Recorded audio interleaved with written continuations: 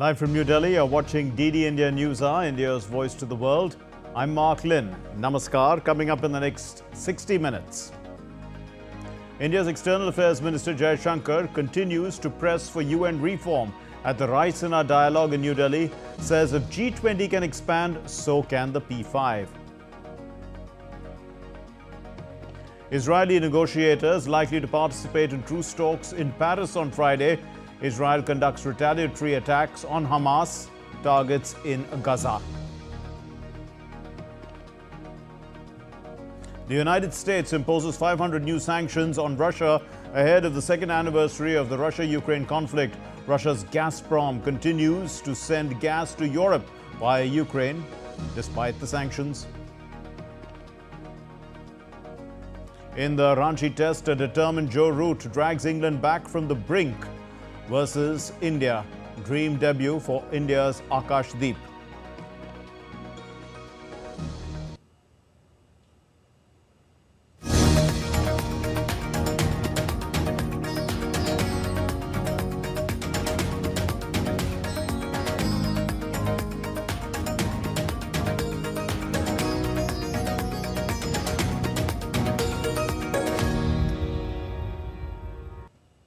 It's the third and final day of the 9th edition of the Raisina Dialogue, which is taking place in New Delhi, India's capital. And the External Affairs Minister of India, Jaishankar, he said that India has a strong view on the need for reform of the United Nations. He, in fact, was speaking at a session which was called the Wonk Tank, where expertise meets authority. And Jaishankar said that the UN is a reflection of a colonial era mindset, and different models have actually emerged to reform the UN.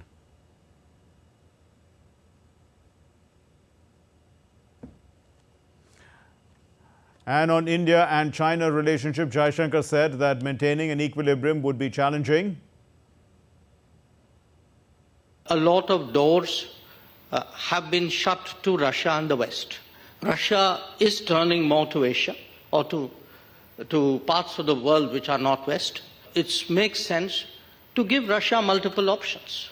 If we railroad Russia into a single option, then you are making it a kind of a self-fulfilling prophecy. Well, we were listening to what he said about Russia, and on Russia-China relations, Jaishankar had said that Russia was leaning towards Asia, as we heard there. And the foreign minister highlighted that India's G20 leadership was significant with the inclusion of the African Union. Let's listen. But what we realized was that G20 was not enough, because one part of the world with more than 50 countries had been significantly shut out, which was Africa. So if you see, in a way, we still call it G20, but it's actually become G21.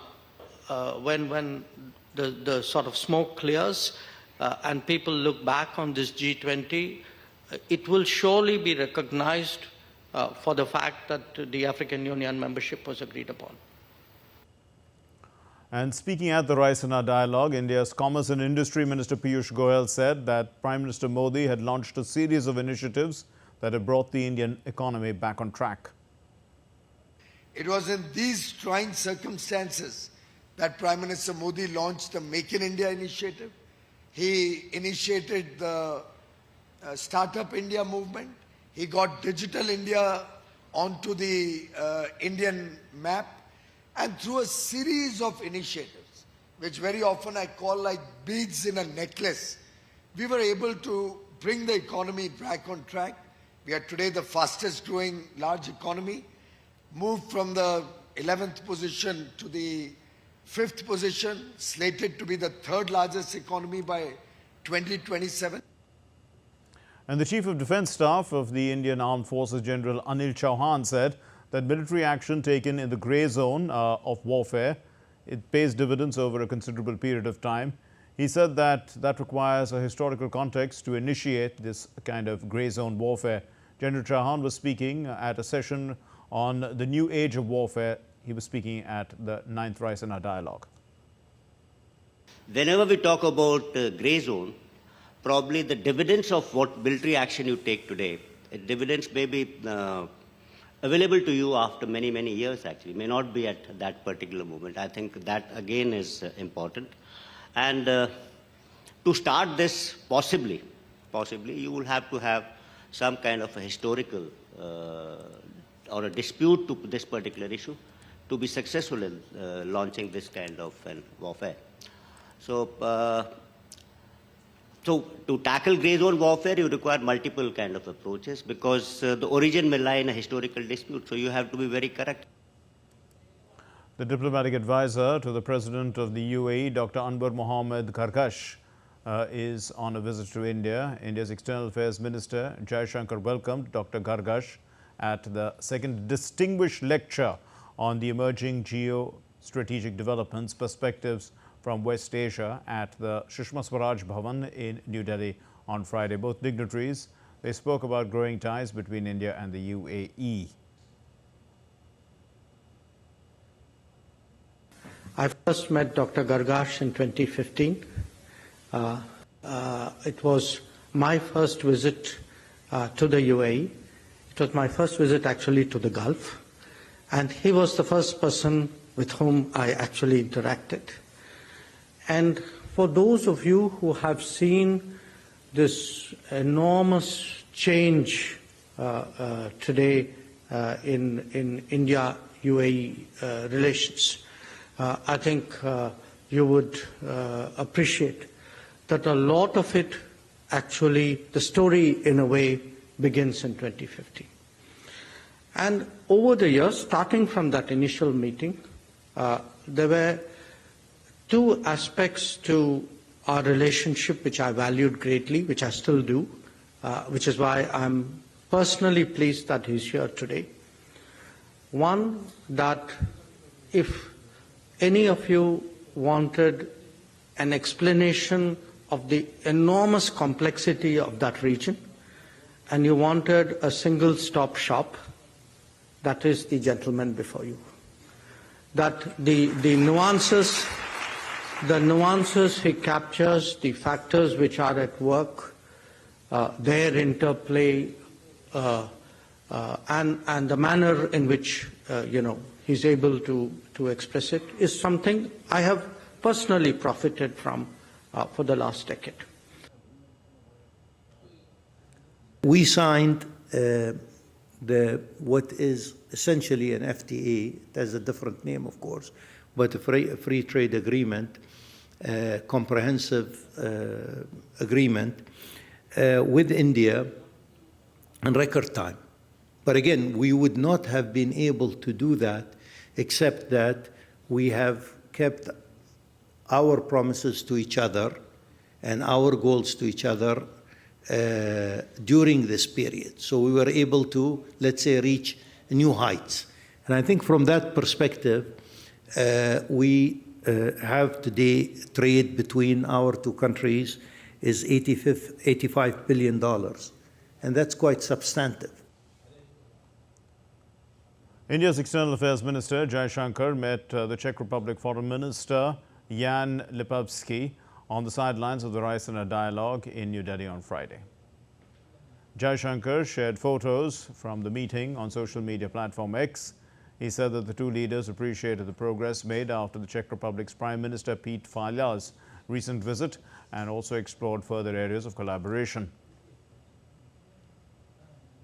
Jaishankar met the Foreign Minister of Romania, Luminita Obadescu. This happened also on Friday. He later expressed on social media that he was impressed by the minister's enthusiasm for deeper India-Romania cooperation.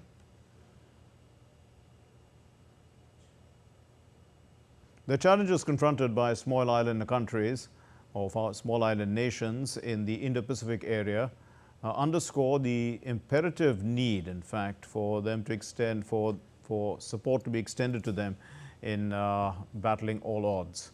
So the central point to this endeavor is to recognize their vulnerability, which is a key focus in the dialogue, and much of the UN multidimensional vulnerability index as well. DD India's Jessica Taneja spoke to Dr. O'Shaughnessy to explore the multifaceted dimensions of this critical problem. We have with us Dr. Kate O'Shaughnessy. She is with the Perth US Asia Center. Thank you for speaking to DD India. Heard about your session on the Indo-Pacific strategy. You were talking about the role of the small island states and how they have also been seeing a transformation with the funding and the partnerships across the region, especially when it comes to the Indo-Pacific strategy and how they have been integrated. But they still continue to face certain challenges. Would you tell us about those, and how do countries that have heavily invested in the Indo-Pacific plan to help them? One of the things I wanted to talk to colleagues today was about the vulnerability of island states and the critical importance and the critical role they play in the resilience of the region, because we all rely on the health of oceans for the security of our planet. And so we need to work with small island states to make sure that our region is secure, that it's stable.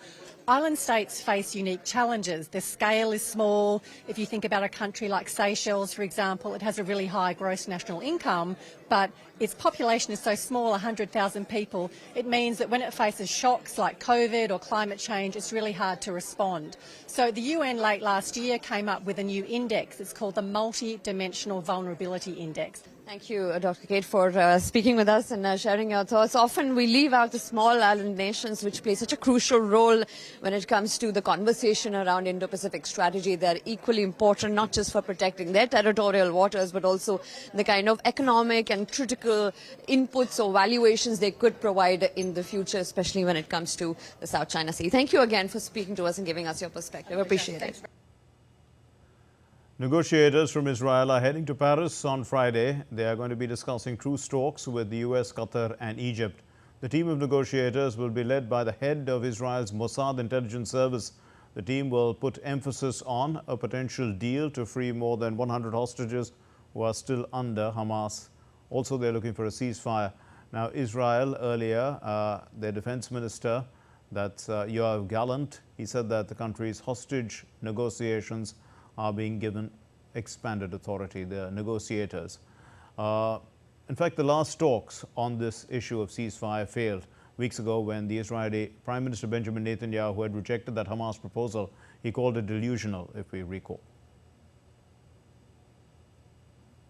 The Israeli Prime Minister Benjamin Netanyahu, whom we saw there, has presented an official post-Gaza conflict plan, and it outlines Israel's proposal to control security in Gaza and also to play a role in the public affairs after the conflict ends.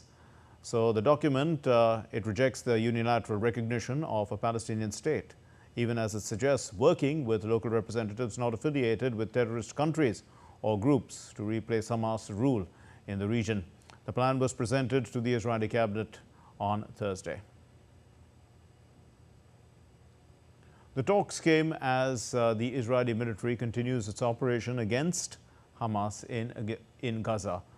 On Friday, Israel forces, they claimed that they had killed a terrorist in the West Bank who was on his way to carry out an attack. The IDF airstrike targeted Yasser Hanoun, who had carried out several attacks, according to them, over the past few weeks. The U.S. Secretary of State Antony Blinken has said that the U.S. is focused on getting an agreement on the release of hostages held in Gaza. Blinken was speaking to the media on the sidelines of the G20 foreign ministers meeting taking place in Brazil. We're focused intensely on trying to get an agreement that results in the release of the remaining hostages and that produces an extended humanitarian ceasefire. Still to come here on DD India News Hour. 8 people are injured in Dnipro's drone attack.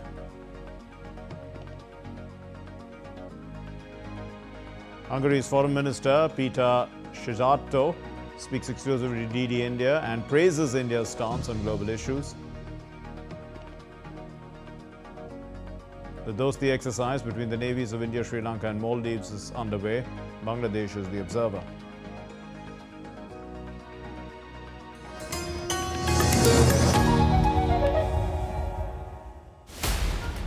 How exactly was the election in Pakistan rigged? Is there any hope for Pakistan's future? I connect the dots to get you the full picture. Watch Connecting the Dots every Friday with me at 8 p.m. IST on DD India.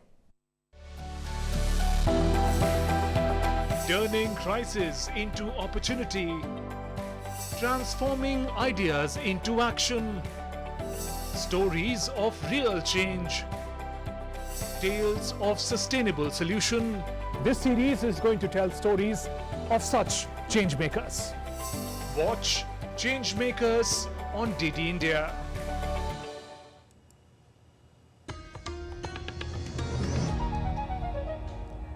You're watching DD India News Hour. I'm Mark Lynn.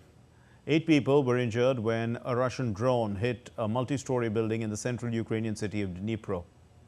Ukraine's state emergency service in Dnipropetrovsk region had said that the rescue operation was underway and more people could be under the rubble.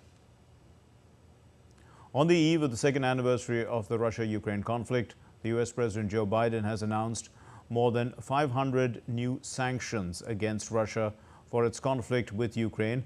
He's also, and also the death of the Russian opposition leader Alexei Navalny. These are the reasons for these sanctions. The White House has said that these sanctions will target individuals connected to Navalny's imprisonment, as well as Russia's financial sector, defense industrial base, procurement networks, and sanctions evaders across multiple continents. On the sidelines of the G20 foreign ministers meeting in Brussels, the US Secretary of State Blinken said that the G20 countries want Russia's aggression to end and peace to prevail in the region. On Ukraine, there is a strong, palpable desire among virtually all of the G20 for the Russian aggression to end and for peace to prevail in a way that upholds the rights of Ukrainians to their freedom, to their future, to the territorial integrity of their country. And that was very clear in the meetings that we had over the last 2 days.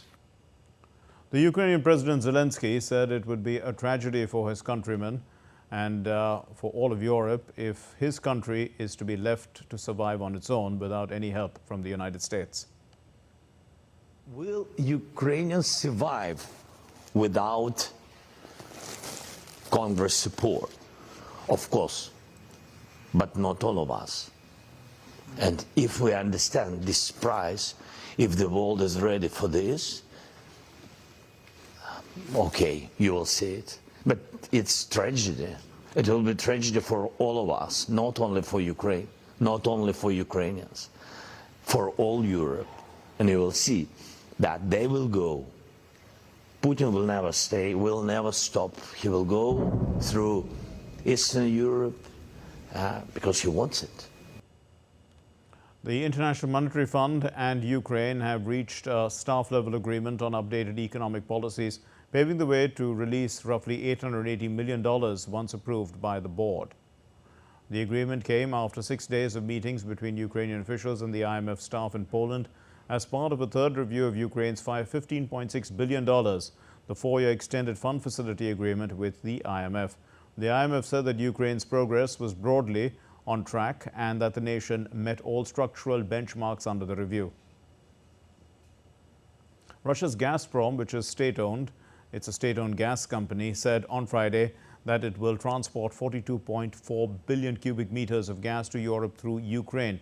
Russia has been exporting gas to Europe for 5 years and pays Ukraine for the use of its gas pipeline network, even though they are at war. The contract has continued despite the ongoing Russia-Ukraine conflict since February 2022. And since then, in fact, the gas supplies to Europe have decreased significantly. The European Union said it does not see the need to extend this agreement ahead of the scheduled expiry at the end of the year. The Russian President Vladimir Putin has said that nearly all of Russia's strategic nuclear forces have been modernized. He announced the delivery of 4 new supersonic nuclear-capable bombers to the Russian Air Force. Putin's comments coincide with Russia's Defender of the Fatherland Day, which celebrates the army. The enshrinement ceremony of the holy relics of Lord Buddha and his disciples took place at the Sanam Luang in Thailand's Bangkok. Thailand's Prime Minister and various members of the Indian delegation were present at the ceremony.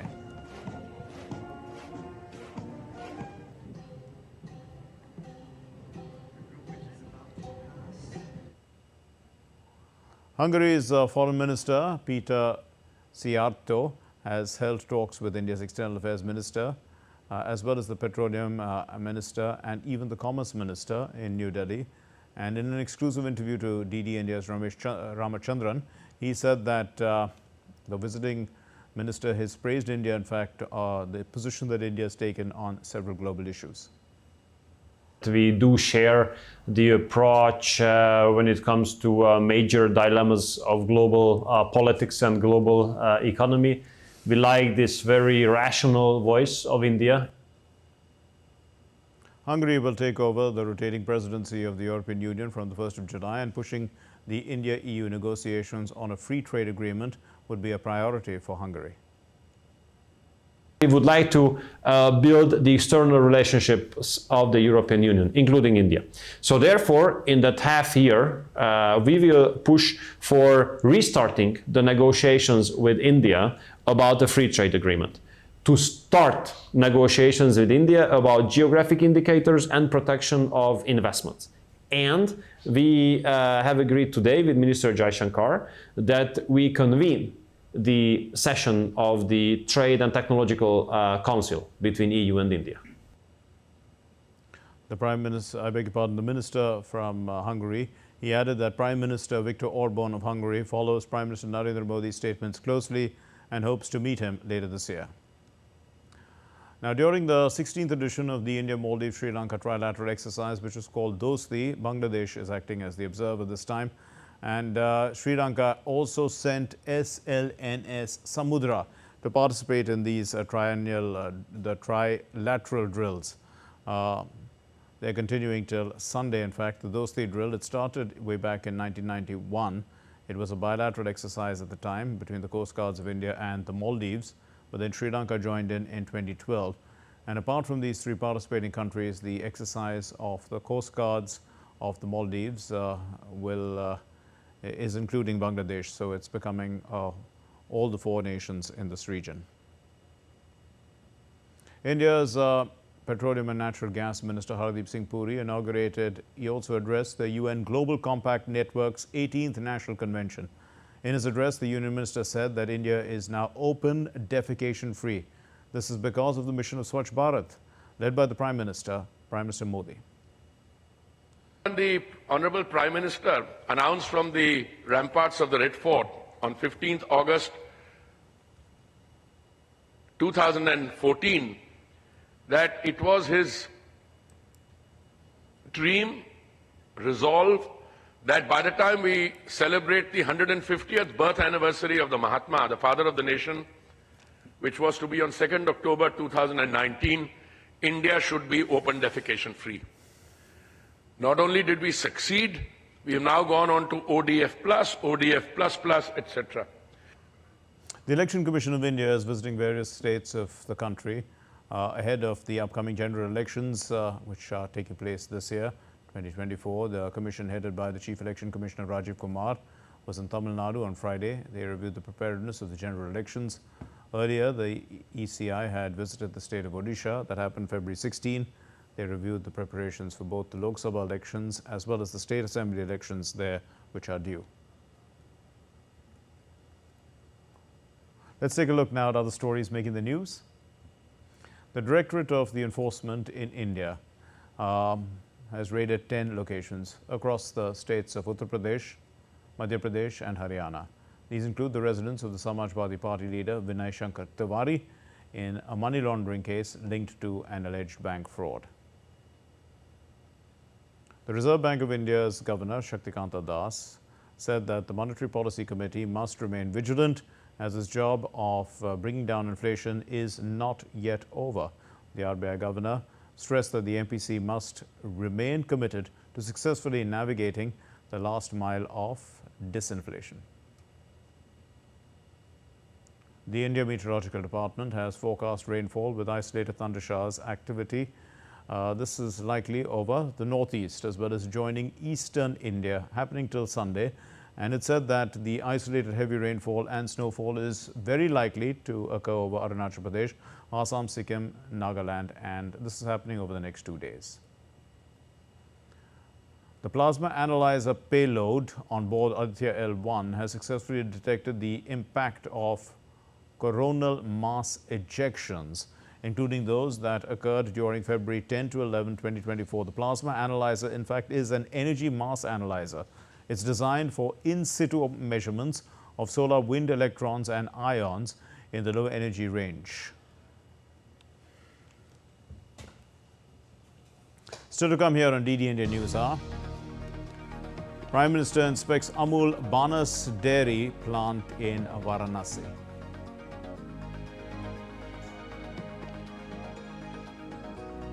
We'll get you news on how India's rural markets have been growing steadily.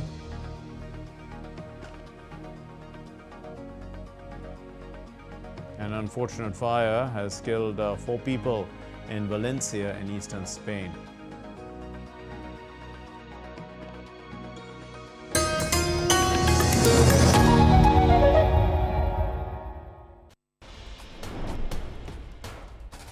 Wherever news breaks, whatever it takes. Connecting corners, cutting across continents. Stories that matter from across the globe. Accurate, authentic journalism that serves you right. From politics to glamour, from sports to world affairs, with a fusion of aesthetics and substance. Introducing news in a new avatar. Experience the world through a new lens. Stay tuned to DD India for an exciting journey beyond borders.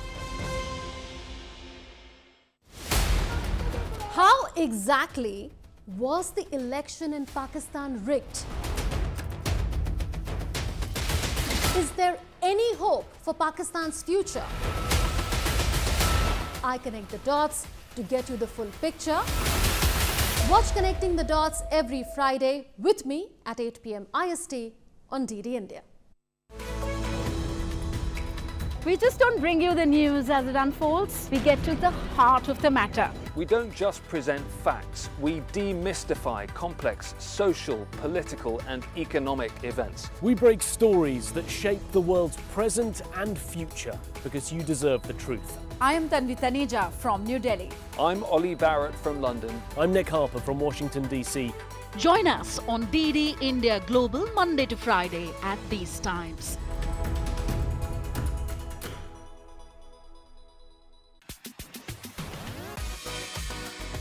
India that invents. India that innovates. India that excites. India that invites.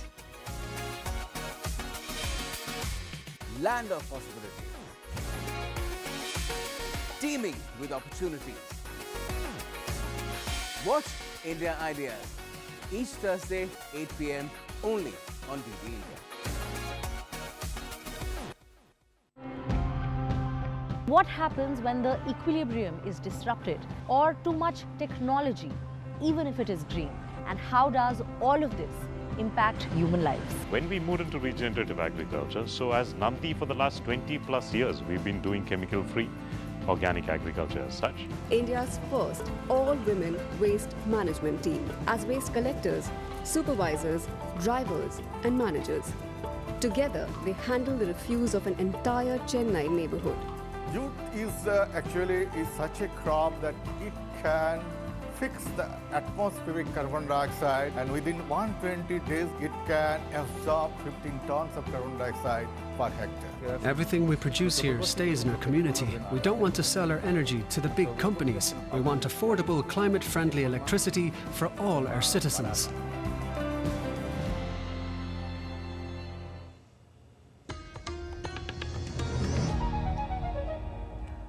You're watching DD India News Hour. I'm Mark Lynn. Let's get you a recap of the main stories. India's External Affairs Minister Jaishankar continues to press for UN reform. At the Raisina dialogue in New Delhi, he says that if the G20 can expand, so can the P5. Israeli negotiators are likely to participate in truce talks in Paris on Friday. Israel, however, conducts retaliatory attacks on Hamas targets in Gaza. In cricket in the Ranchi Test, a determined Joe Root drags England back on course versus India, and there's been a dream debut for India's Akashdeep.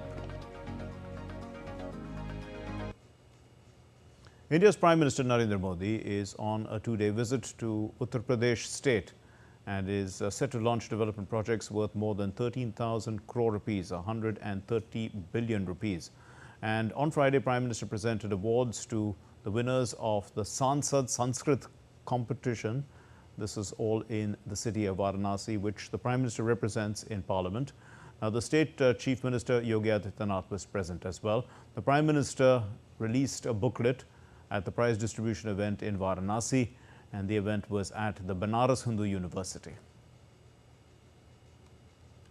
The Prime Minister also attended a public function which commemorates the 647th birth anniversary of the Indian mystic and poet Sant Guru Ravidas, so Saint Ravidas. At the event, he also unveiled a huge statue and paid floral tributes to the statue of Sant Ravidas. He offered prayers to the poet's birthplace, at the poet's birthplace.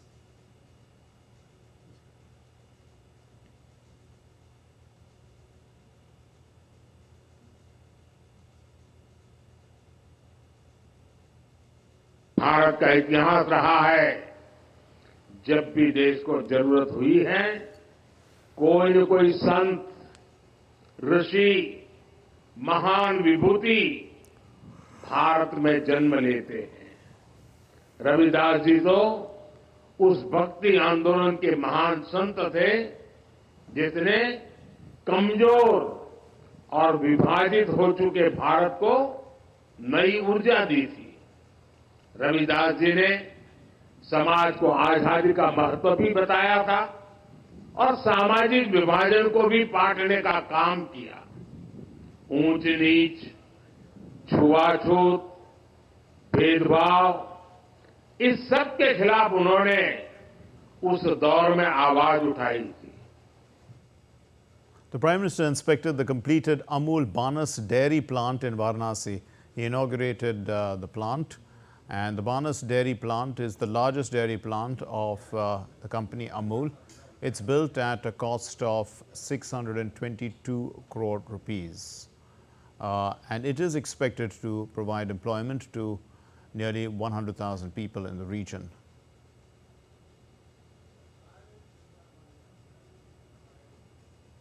And over the past few years, India's rural market has been growing steadily. It has become a crucial driver of economic growth. While increasing access to technology and infrastructure development, the rural market has become more accessible. And there has been a rise in the demand for consumer goods and services. The nominal wages during the last 2 decades has improved. During Regime 1, the average nominal wage of the agricultural labourer was at 114 rupees and 40 paise, while it increased to 310 rupees and 20 paise during Regime 2. In fact, the nominal wages of the non-agricultural labour during Regime 1 was 136 rupees 30 paise, and that's increased now to 354.70 rupees during the Regime 2. During these two regimes, the nominal wage has jumped 2.7 times in average, and this shows that the rural inequality has declined in Regime 2 as a comparison to Regime 1.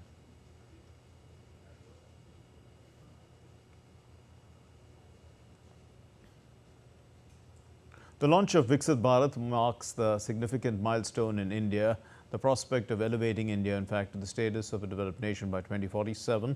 And what's this doing? It's the forecast of India's GDP for 2024-25 has been kept at 7%, while the headline inflation has been reduced in line with our expectations of 4.5%. So this move can be seen as a significant step towards empowering customers with comprehensive information, enabling them to make informed decisions about their borrowing.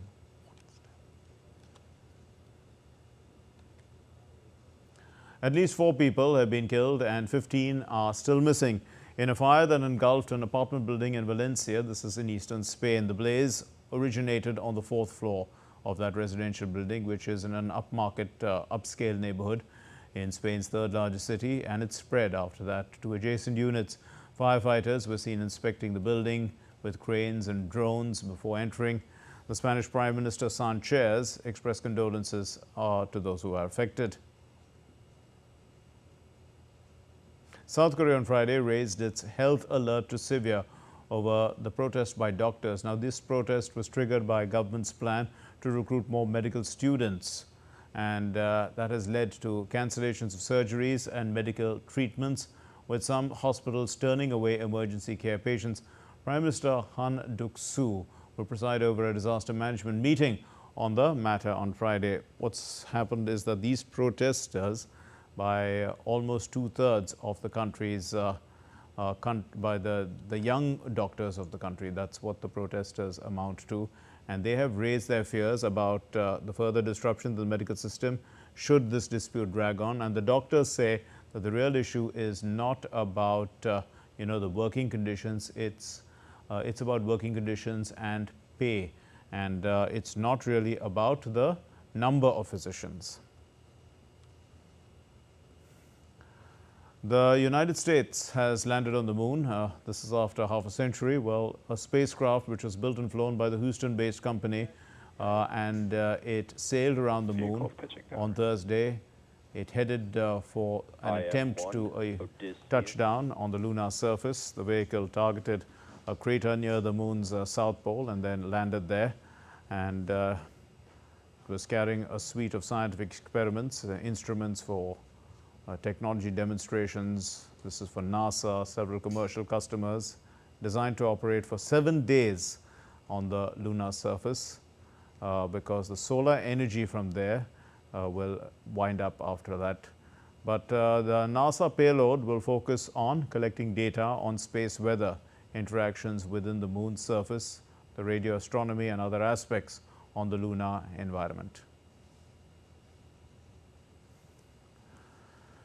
A British-born woman who went to Syria as a schoolgirl to join the Islamic State lost her latest appeal over the removal of her British citizenship. The British government took away Shamima Begum's citizenship on national security grounds in 2019, shortly after she was found to be in a detention camp in Syria.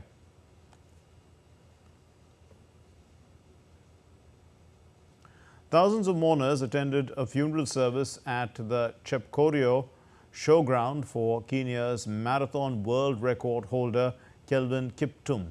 Kiptum had only run 3 marathons, but each was among the fastest 7 times ever recorded. Police opened an investigation after a student was found in a forested area of the University of Georgia on Thursday. According to the local police, a phone call was received on Thursday from an individual worried about a friend who had gone for a run in the area and had not returned. The Hautacam resort in southwest France saw 20 skiing pistes devoid of snow this week. The boy jump rides as well as the summer sledge activities have replaced skiing this winter, and the local ski school is closed. The ski rental shops also are seeing fewer customers. France's Public Audit Office warned this month that most winter resorts off the country were likely to be affected by 2050. Test flights of a heavy-lift drone are underway in Antarctica as scientists studying climate change look for better ways to collect data on the frozen continent. The unmanned aircraft, which is called Wind Racers Ultra UAV, is part of a pilot program which is titled Protecting Environments with Uncrewed Aerial Vehicle Swarms. It's aimed at demonstrating how advanced drone technology can be used to gather environmental data in Antarctica. Japan's Emperor Naruhito celebrated his 64th birthday at the Imperial Palace on Friday. Well-wishers visited the palace in Tokyo to celebrate the emperor's birthday. It was the first time this year that the general public could make a congratulatory visit to the palace.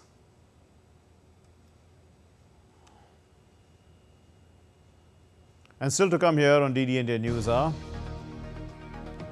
Joe Root strikes form with a masterly ton to prevent England from collapse in the Ranchi Test. And Rishabh Pant to be back in action at the IPL 2024. He's captaining Delhi Capitals.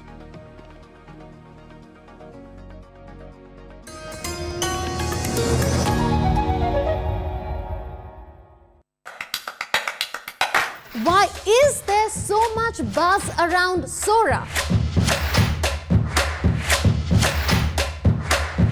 Is it the future of video creation? If yes, is the world ready for it?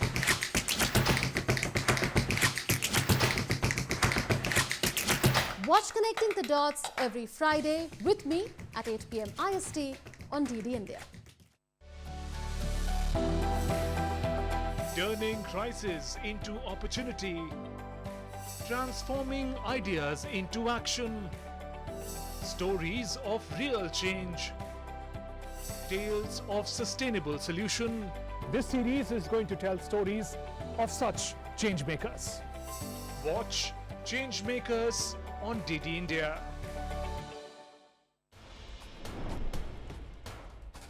Wherever news breaks, whatever it takes. Connecting corners, cutting across continents. Stories that matter from across the globe. Accurate, authentic journalism that serves you right. From politics to glamour, from sports to world affairs, with a fusion of aesthetics and substance. Introducing news in a new avatar. Experience the world through a new lens. Stay tuned to DD India for an exciting journey beyond borders. We just don't bring you the news as it unfolds. We get to the heart of the matter. We don't just present facts, we demystify complex social, political and economic events. We break stories that shape the world's present and future because you deserve the truth. I am Tanvi Taneja from New Delhi. I'm Ollie Barrett from London. I'm Nick Harper from Washington, D.C. Join us on DD India Global Monday to Friday at these times.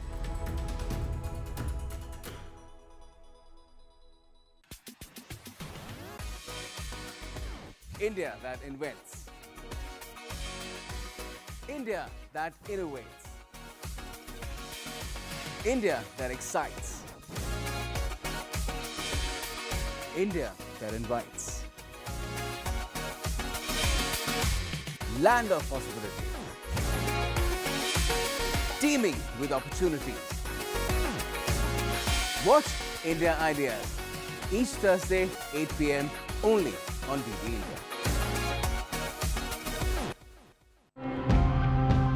What happens when the equilibrium is disrupted or too much technology, even if it is green? And how does all of this impact human lives? When we moved into regenerative agriculture, so as Namti for the last 20 plus years, we've been doing chemical-free organic agriculture as such. India's first all-women waste management team as waste collectors, supervisors, drivers and managers. Together, they handle the refuse of an entire Chennai neighborhood. Jute is actually such a crop that it can fix the atmospheric carbon dioxide, and within 120 days it can absorb 15 tons of carbon dioxide per hectare. Everything we produce here stays in our community. We don't want to sell our energy to the big companies. We want affordable, climate-friendly electricity for all our citizens.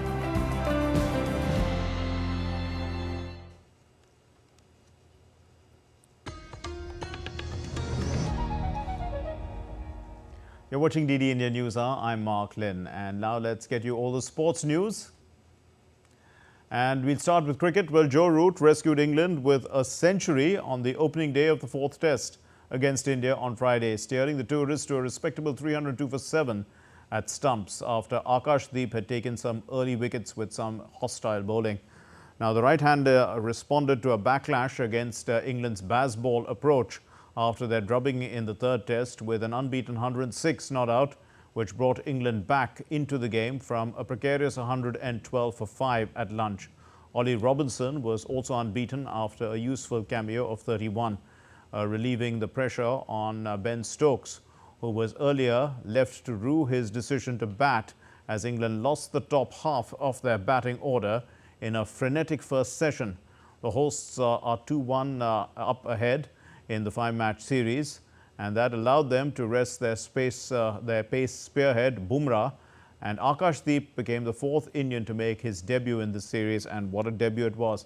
In fact, he had bowled Jack Crawley off a no-ball, and that was quite something. The Indian batter Rishabh Pant will start IPL 2024 as Delhi Capitals captain, but he is not going to be keeping wickets in the first half of the season. The South Africa fast bowler Andrik Norsje will also be fit and will play the opening game against Punjab Kings on March 23. The Capitals' think tank, led by the team director Saurav Ganguly and the head coach Ricky Ponting, was confident about Pant starting the IPL subject to fitness clearance from the BCCI. That's imminent, and the IPL will mark Pant's return to competitive cricket since the Test series in Bangladesh in December 2022. He had a horrific car accident after that in December 2022, and Pant has worked hard to make a remarkable recovery post successful surgeries to 3 major knee ligaments in his right leg. The Court of Arbitration for Sport has dismissed an appeal from Russia against an International Olympic Committee suspension for recognizing regional organizations from territories annexed from Ukraine. The IOC banned the Russian Olympic Committee in October for recognizing regional Olympic councils for Russia-controlled regions of Ukraine, Luhansk, Donetsk, Kherson and Zaporizhia. The suspension ensures the ROC will not be eligible for funding and will not be associated with the Olympic movement. But it does not affect any decision on Russian athletes' participation at the Paris 2024 Olympics. The Liverpool assistant manager Pep Lijandez is hoping that the forward Mohamed Salah will be fit for Sunday's League Cup final against Chelsea, but he said that his participation remains in doubt. Both Salah and the fellow forward Darwin Núñez missed Wednesday's match against Luton Town after featuring for Liverpool at Brentford at the weekend. Liverpool are going into this final with several injuries to key players. The league leaders, Liverpool, had beaten the 10th place Chelsea 4-1 when they played on January 31. Now, AC Milan cemented their spot on Friday in the Europa League last 16 draw despite losing a thriller to Rennes. And what happened is that they were trailing 3-0 from the first leg in Italy, and Rennes gave their fans some hope for a memorable comeback when Benjamin Bouillard scored in the 11th minute. AC Milan levelled on the night through Luka Jovic's header before Bouillard's penalty restored the home side lead. But the visitors had equalized again through Rafael Laos before Bouillard completed his hat-trick with another penalty. But it was not enough as AC Milan won the knockout round playoff tie 5-3 on aggregate. The top seed Iga Swiatek breezed to a 6-3-6-2 win over the 6th seed Shenzhen Zheng and reached the semi-final of the Dubai Tennis Championships in the UAE. Swiatek saved all 3 break points she faced and broke Zheng 3 times to dispatch the Australian Open finalist in 86 minutes. The Poland native has won all 6 of her head-to-head encounters with the native of China.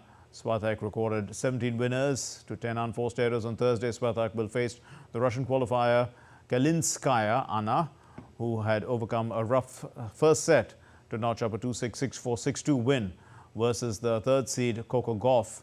And Kalinskaya, in fact, had benefited from 8 double faults by Gauff to win this match in 2 hours and 17 minutes. Gauff was playing in her 3rd quarterfinal of 2024 on Thursday. India showed remarkable prowess on day 2 of the Asian Track Cycling Championship, securing a commendable array of medals across various categories. India emerged as a formidable force, capturing the spotlight with 2 gold, 1 silver and a bronze. Notably, all the medals that India won came from the para events, underscoring the nation's commitment to inclusivity and excellence in sports. Malaysia dominated the proceedings, clinching an impressive 5 gold medals along with 2 silver and 1 bronze. Commenting on India's performance, Manindra Singh, who is the Secretary General of the Cycling Federation of India, emphasized on the performance of Indian cyclists, exceeding expectations, reflecting their dedication and potential.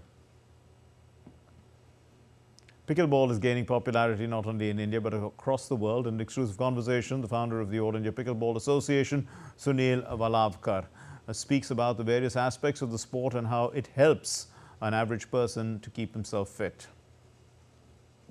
We have got founder of All India Pickleball Association. We are going to talk about the pickleball, how it is gaining popularity in country and abroad. What is pickleball? It has nothing to do with the achar, that is pickle, but it is a paddle and ball sports like other racket sports. You know lawn tennis, you know table tennis, and you know badminton. These are known popular racket sports.